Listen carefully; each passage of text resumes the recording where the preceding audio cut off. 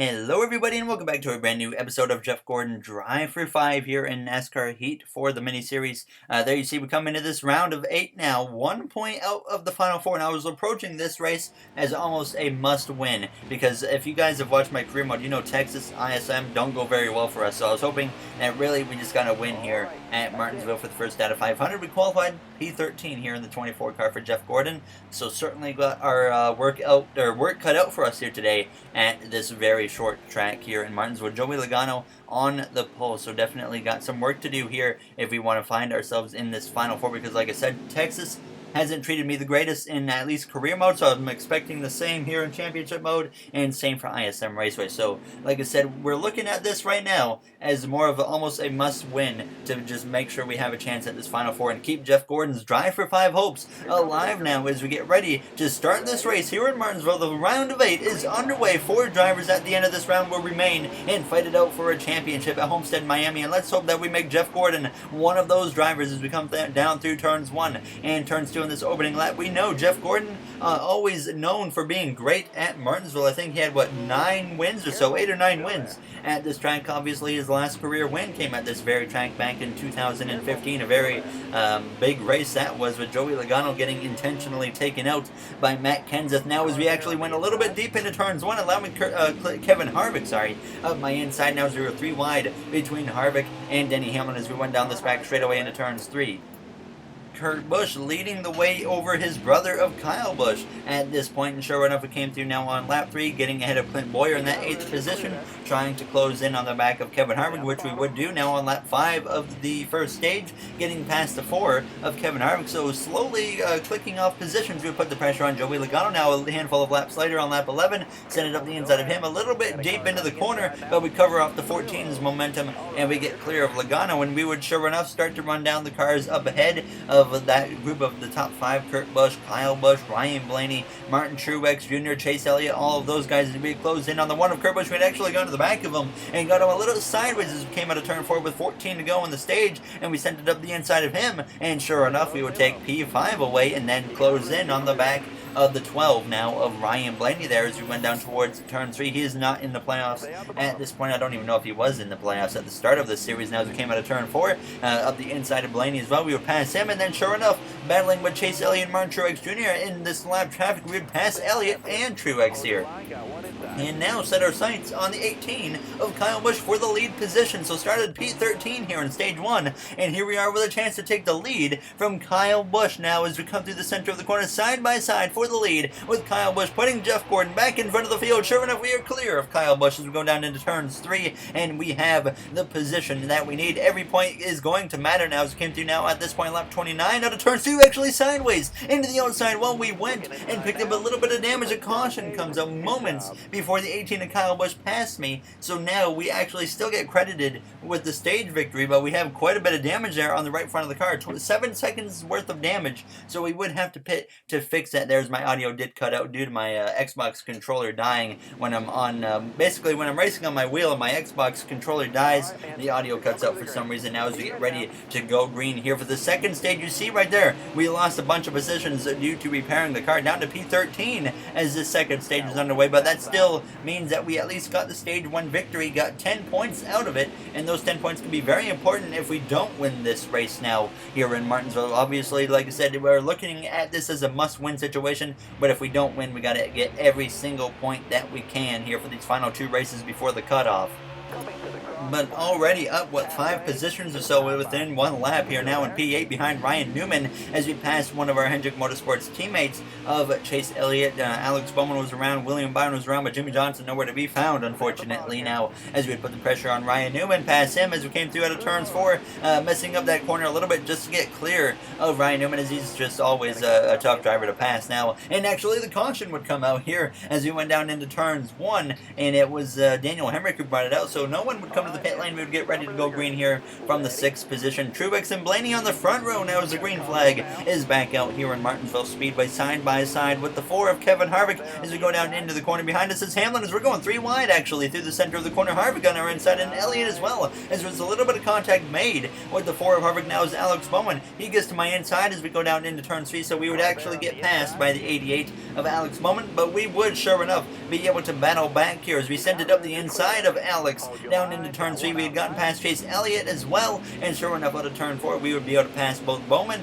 and Ryan Blaney and just continue our march back throughout the field. We put the pressure on Martin Truex Jr. on lap 20 of 33 in the stage, making a pass for P4, and then you see Clint Boyer obviously just up ahead. We would be able to get to him and go up the inside with 8 to go in the second stage, past Boyer, and back up into P3 we would go. Hamlin running in that second position behind Kyle Busch. We would get to these two easily with the lap traffic, and we get to the inside of Hamlin and be able to make a pass for second place, putting the pressure all over the back of the 18 of Kyle Busch as we want to get the stage victory once again. So sure enough, we're going to get aggressive 3 wide down this front straightaway as we go down into turns 1 of the inside of the 40 of Jamie McMurray. We would take the lead right back from Kyle Busch, and at this point we actually made a slight adjustment, I should mention, at the end of stage 1 to make sure we weren't spinning out, and we would be able to drive away within these final couple laps. I'm actually pretty sideways though on the exit of turn 2 on this final lap here of the second stage as we go down into turns 3 and turns 4. So we won stage 1 by a little bit of luck after getting into the wall there pretty heavily, but we come through to win stage 2,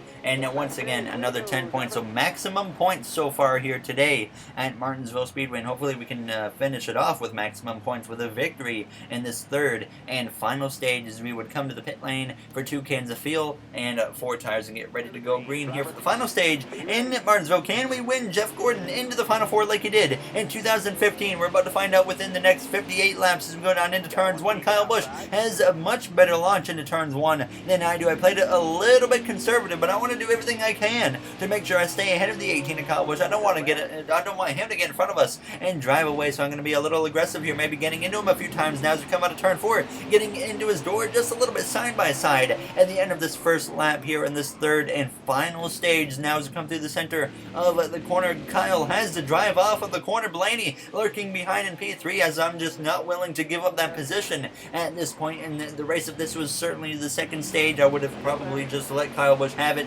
but certainly in this final stage I don't want to let him take over that lead position here with 56 laps to go. Blaney right to our back bumpers at this point nearly now as we exit turn 2, kind of chopping 18's nose just a little bit, but we would get clear, and after we got clear we had started to open up the gap just a tiny bit now as Ryan Blaney took over P2, but the caution would come out again here as we would obviously have to come to the pit lane. I was a little debatable on what I wanted to do, but I took 2 cans of fuel and 4 tires, and you can see the result right there on your screen. That was not a good result at all as we dropped down to P16. So now we have made a bit of a pit error, I think, on every pit stop so far, just about, other than at the end of the stages we have dropped down the order. So now we've got our work cut out for us again as we're going to have to get very aggressive as there's not a whole lot of laps to go at Martinsville. That's not a laps now, not a lot of laps as we go 3 wide up the middle between Newman and Kevin Harvick as we come through turns 3, and on the exit of turn 4 getting into the 1 of Kurt Busch now as we're going to go very aggressive there 4 wide for a very brief moment as Menard is right on our back bumper as we would come through though to climb our way back inside the top 10, passing Hamlin for P8 with 39 to go behind our teammate in 7th place of William Byron, who's putting the attack on the 95 of Matt DiBenedetto. Ryan Blaney at this point leading the way here on lap 87 as we would send it in pretty deep here up the inside of the 95 of DiBenedetto, and sure enough we would be able to get past him. We would get past William Byron, run down Kyle Busch and P5 as we actually got to the back of him, so he got loose, and we would be able to capitalize on it as I send it way deep into turns 1 trying to clear the 18 and stay in front of him.